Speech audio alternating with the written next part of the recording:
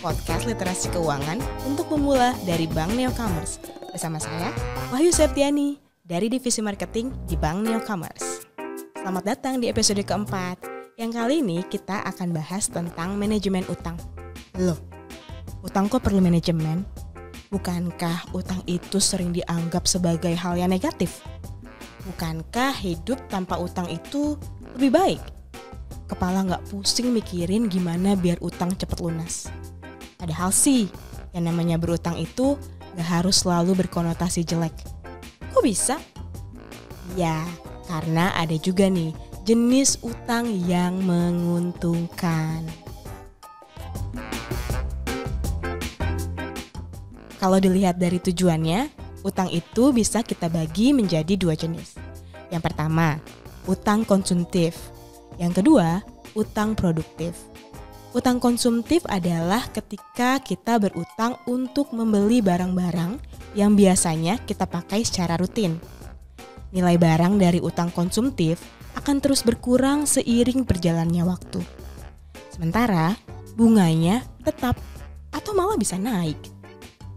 Jenis utang inilah yang gak bisa memberikan keuntungan dan yang paling banyak membebani masyarakat. Terus contoh utang konsumtif itu yang gimana sih? Misalnya nih, kamu pinjam uang secara online buat beli HP. Semakin lama harga HP kamu tuh semakin turun. Hari ini beli HP-nya 3 juta rupiah. 2 bulan lagi harganya udah bisa turun jadi 2,5 juta rupiah. Kalaupun kamu jual lagi HP itu, harganya pasti jatuh. Jadi lebih murah. Padahal kan harga total yang kamu bayarkan jadi lebih tinggi karena ada faktor bunga.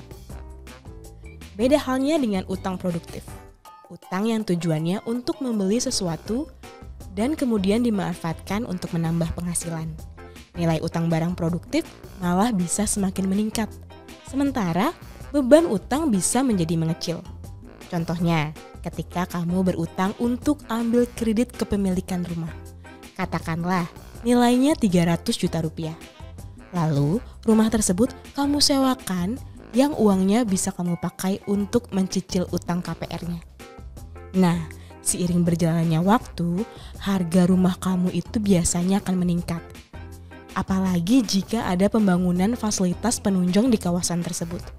Misalnya, jalan tol. Harga rumah kamu bisa meningkat. Sampai dalam waktu 5 tahun kemudian, rumah kamu yang awalnya 300 juta rupiah itu bisa meningkat menjadi 2 kali lipatnya. Tadi kita sudah kenalan dengan jenis utangnya. Mudah-mudahan kamu belum sempat kenalan lebih jauh ya dengan si utang konsumtif tadi. Tapi kalau sudah terlanjur, gimana dong? Ada nggak cara biar kita bisa bayar utang dengan cepat? Nah, kamu bisa ikutin cara dari Aliana Karim yang tinggal di Amerika Serikat. Aliana ini ceritanya punya utang sekitar 1,4 miliar.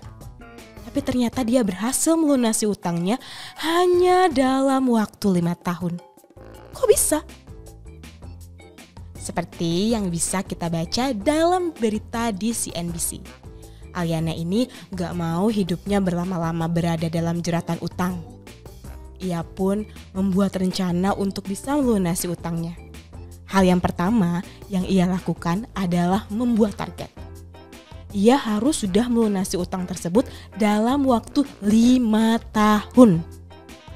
Dengan memiliki target, ia jadi punya motivasi deh untuk tujuan yang jelas. Hal kedua yang dilakukan oleh Aliana adalah dengan memakai jurus bola salju. Ini bukan termasuk jurus kungfu ya. Metode bola salju ini adalah untuk menyusun daftar utang dari nilai terkecil sampai terbesar. Kemudian Aliana mulai membayar dari nilai paling sedikit hingga paling besar. Ketiga, ia memangkas pengeluaran. Karena jurus bola salju belum cukup buat melunasi semua utangnya. Aliana membuat penyesuaian dengan memangkas pengeluarannya.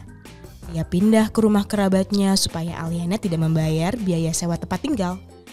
Hasilnya, ia bisa menghemat sekitar 13 juta rupiah per bulan yang kemudian dipakai untuk mencicil utangnya.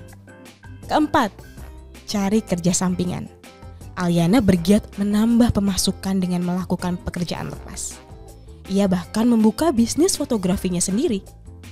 Dari pekerjaan tambahan tersebut, Aliana berhasil mendapatkan uang sekitar 178 juta rupiah. Dari Aliana tadi, kita sudah belajar bagaimana seseorang bisa menyusun strategi untuk melunasi utangnya. Yang pasti, sebisa mungkin hindari cara gali lubang untuk menutup lubang. Hindari membuat utang baru hanya untuk membayar utang lama. Cara ini hanya akan membuat utang kamu semakin menumpuk. Jika kamu punya aset berharga, kamu bisa jual aset tersebut untuk mendapatkan dana segar. Tapi kalau kamu merasa sayang dengan aset tersebut, kamu bisa ambil jalan untuk menggadaikannya. Nanti pada saat kamu punya uang, kamu bisa tebus deh aset tersebut. Daripada repot bayar utang, mending dari awal gak usah ngutang. Caranya dengan memahami kemampuan keuangan diri kita sendiri. Yuk, mari kita sesuaikan gaya hidup kita dengan kemampuan finansial. Ada banyak orang berutang tanpa alasan yang kuat. Cuma karena FOMO, alias gak mau dianggap ketinggalan. Ingin punya apa yang orang lain punya. Walaupun sebenarnya gak mampu. Walhasil dipaksa-paksa untuk mampu dengan jalan berutang. Tapi gimana dong kalau memang ternyata harus ambil utang? Coba usahakan agar utang kamu itu jumlahnya masih di bawah 30% dari penghasilan kamu.